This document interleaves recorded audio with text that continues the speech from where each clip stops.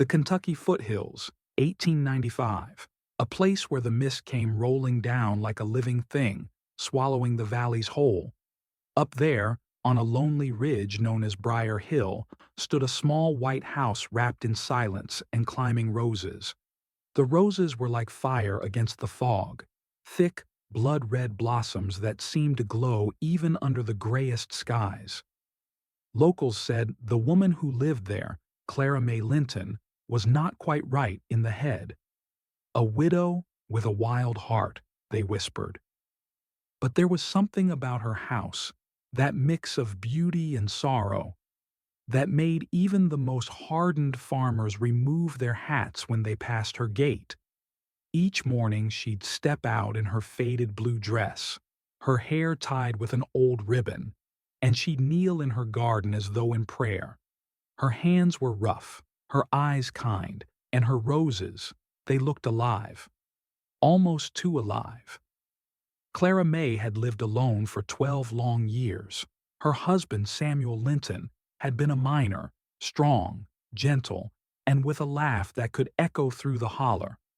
But in the winter of '83, a mine explosion swallowed him whole. They never brought his body back. After that, Clara changed. She stopped attending church, stopped going to town socials. The only thing she tended was her rose garden, the same garden Samuel had planted for her when they were newlyweds. Every morning, she'd whisper his name to the blossoms, as if the petals might carry her voice into the earth where he rested. People pitied her at first. Then they began to fear her. For no matter how poor the soil or how cruel the weather, Clara's roses always bloomed, bigger, redder, more alive than any others in the county. And in those red petals, some swore they saw something darker than beauty.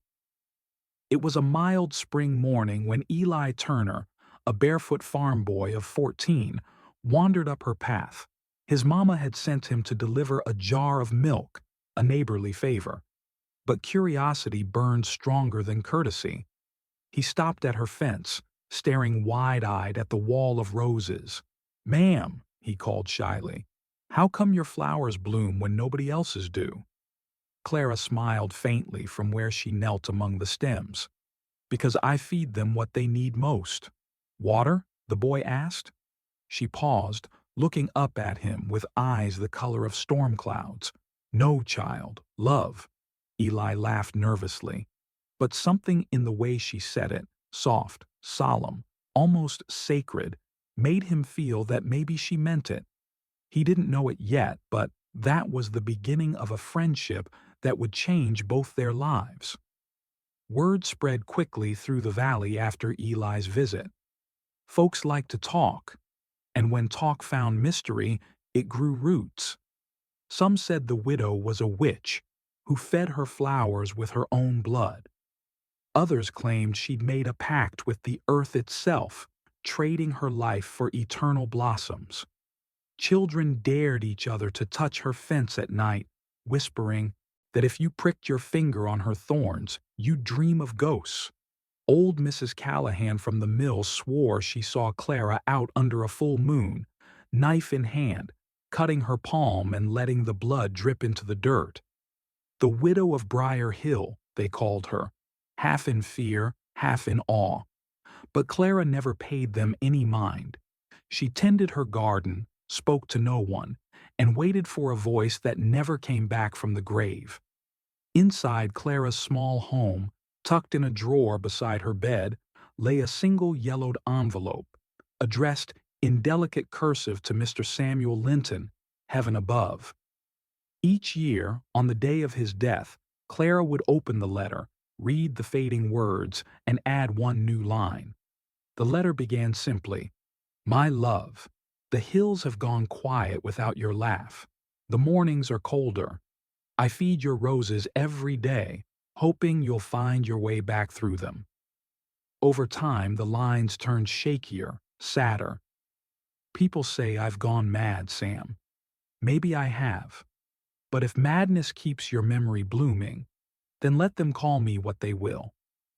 When she sealed the envelope again, her tears would fall onto the paper, small and dark, and the next day, her roses would always bloom brighter.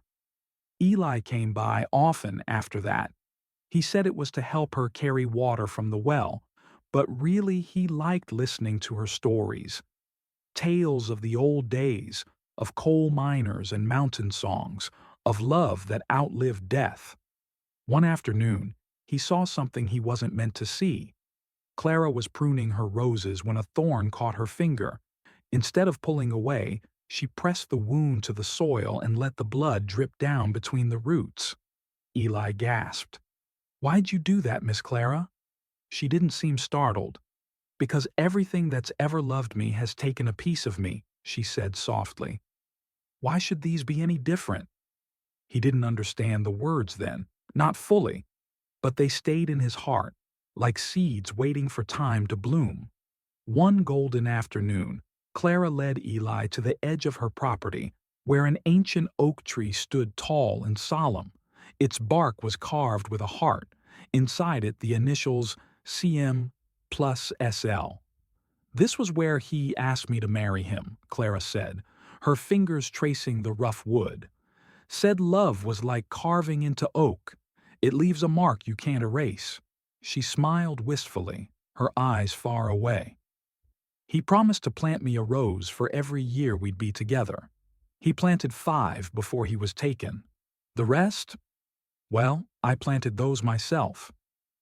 Eli looked at her then, this lonely, kind woman with thorns in her hands and fire in her eyes, and he realized she wasn't strange.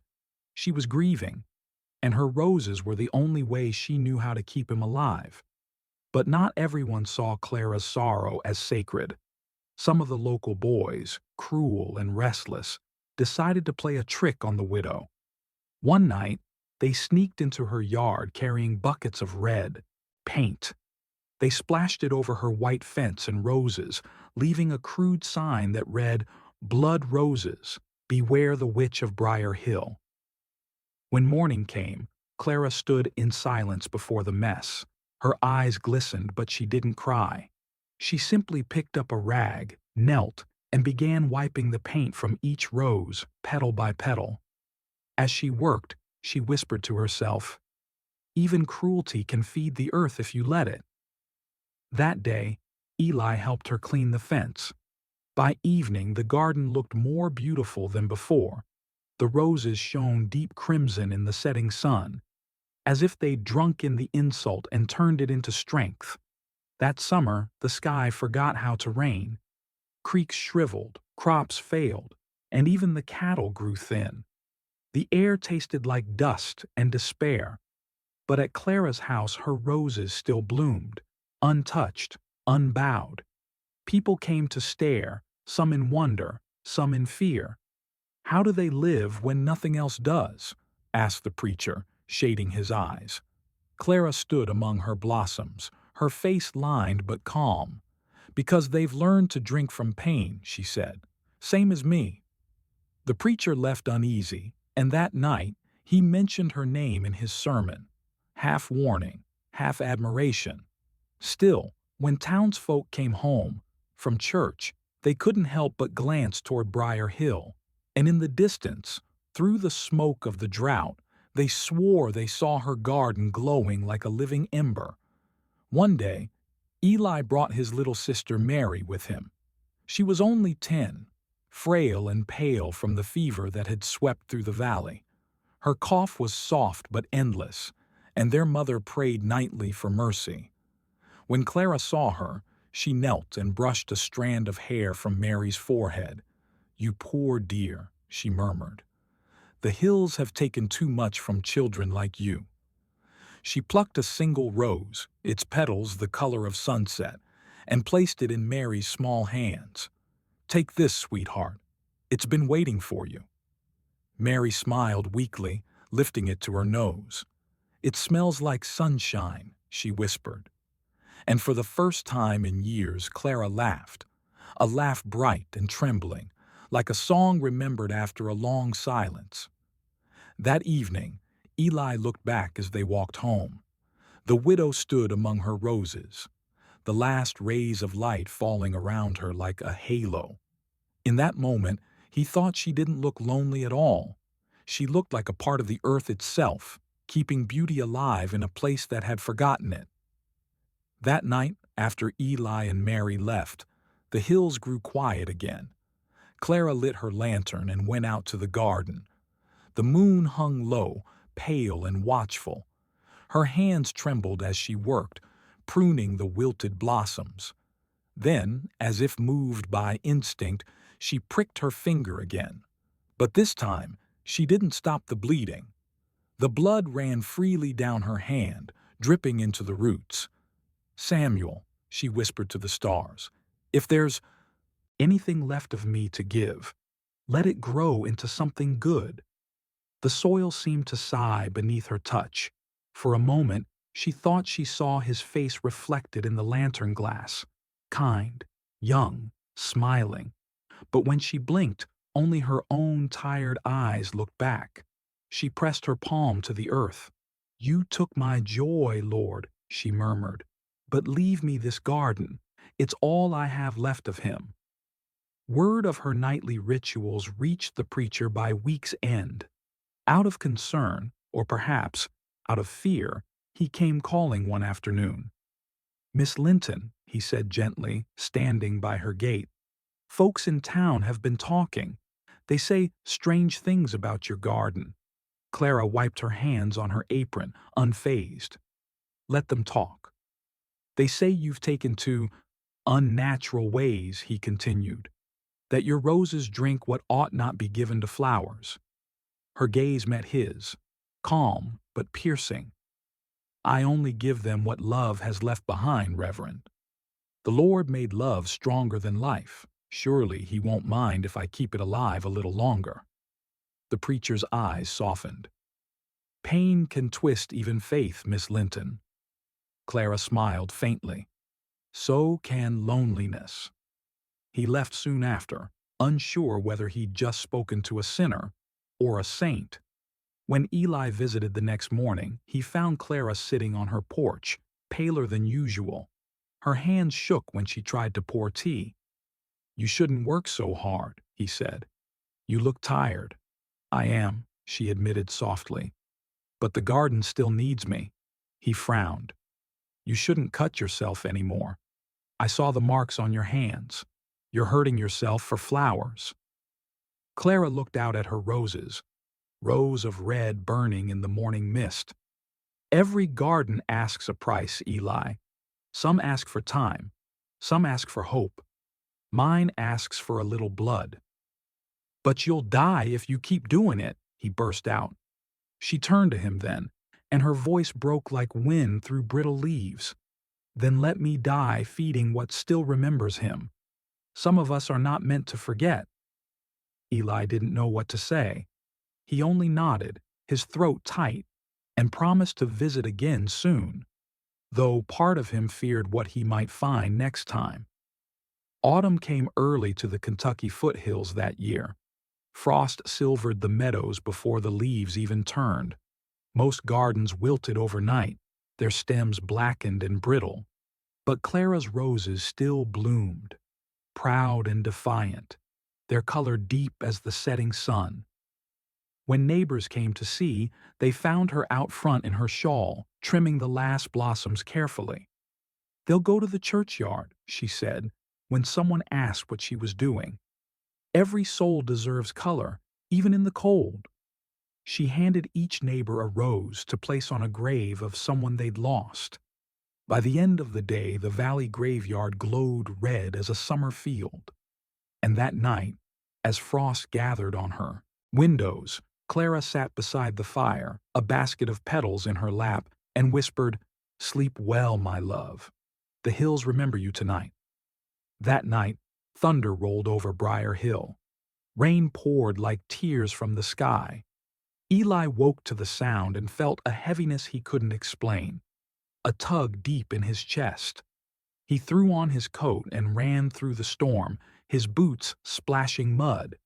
The wind howled, lightning split the hills, and when he reached Clara's gate, the roses glistened as if covered in dew, But he knew it wasn't due. On the porch, Clara sat slumped in her chair, her shawl wrapped tight, her lantern flickering beside her. Her hand rested gently on the soil, fingers curled near the roots of her favorite rosebush. Her eyes were closed, her face peaceful. The storm raged around her, but she looked untouched, as though she'd simply fallen asleep whispering to her flowers. Eli knelt beside her, his tears mixing with the rain. "Miss Clara," he whispered, "it's me, Eli." But the only answer was the soft rustling of the roses, swaying in the storm. Clara's funeral took place 3 days later under a gray Kentucky sky. The whole town came, even those who once feared her. Eli carried a basket of her roses, their petals still crimson despite the chill. Each mourner took one. They said the flowers were warm to the touch, as if they still carried her heartbeat. When the preacher spoke, a single white rose bloomed at the foot of her grave, piercing the frost like a miracle. No one had planted it. It had simply appeared, swaying gently in the wind. The preacher's voice trembled. "Perhaps," he said, "God saw her heart and decided to give it back to the earth." From that day on, people no longer called her the Witch of Briar Hill. They called her the Widow of the Roses. A few weeks later, a lawyer arrived from the county seat, dusty from travel. He gathered the townsfolk in the small church and read Clara's will aloud. It was brief, written in her delicate fading hand. "Let the garden be kept for those who have lost love. Let it remind them that from pain, beauty can still bloom." And at the bottom, a final note written in steadier ink. "To Eli Turner, the garden key. Feed it with kindness, not blood." Eli held the iron key in trembling hands. He was only 15, but in that moment he felt older than the hills. The townsfolk clapped his shoulder and told him it was a blessing, but he knew it was also a promise, one he meant to keep. Spring came again, gentle and green. The drought had ended, the rains returned, and the valley woke from its long sleep.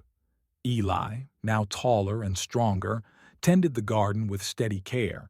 He watered it with clear water, not blood. He sang while he worked, the same mountain songs Clara used to hum. And though he feared the roses might die without her, something miraculous happened. They didn't. They bloomed even, brighter, but their color had changed, no longer dark red like blood, now soft shades of pink, coral, and white, gentle, forgiving hues. People from neighboring towns came to see the transformation. The preacher smiled. "Looks like her spirits found peace," he said. Eli only nodded. In the quiet rustle of the petals, he thought he could still hear her voice, whispering, "Love feeds all things." Years passed. Eli grew into a man, married, and had children, but he never left the house on Briar Hill. He kept the garden alive just as Clara had wished, not with pain, but with patience. One summer afternoon, while replanting near the old rose bushes, his spade struck something hard. He dug carefully and found a small tin box buried beneath the roots. Inside was the letter Clara had written to her husband, yellowed, fragile, sealed with wax. Eli hesitated, then opened it. The final lines read, "My love, if my heart must feed these flowers for them to bloom, then let them bloom in your memory. For every petal is a piece of us still living." He folded the letter gently and placed it back in the box, burying it once more beneath the roots. As he did, a breeze swept through the garden, warm, fragrant, almost like a sigh, and for the first time in years the roses seemed to dance. Eli built a small wooden fence around the garden and hung a handmade sign that read, "The Widow's Garden, where love never dies." People began visiting from miles away. Widows, soldiers' wives, and parents who'd lost children. They came to kneel among the roses, to leave small notes or tokens to remember, No one spoke loudly there. The garden had its own quiet voice, the sound of petals shifting, of forgiveness blooming. And sometimes, when the wind rolled down from the hills, it carried the faintest whisper through the flowers. Love feeds all things, even after we're gone. Eli would smile, knowing exactly whose voice that was. The roses of Briar Hill never stopped blooming again, and though the woman who fed them with blood was long gone, her love, her strange, aching, eternal love, lived on in every blossom, every tear, every heart that found its way to that little garden in the Kentucky hills,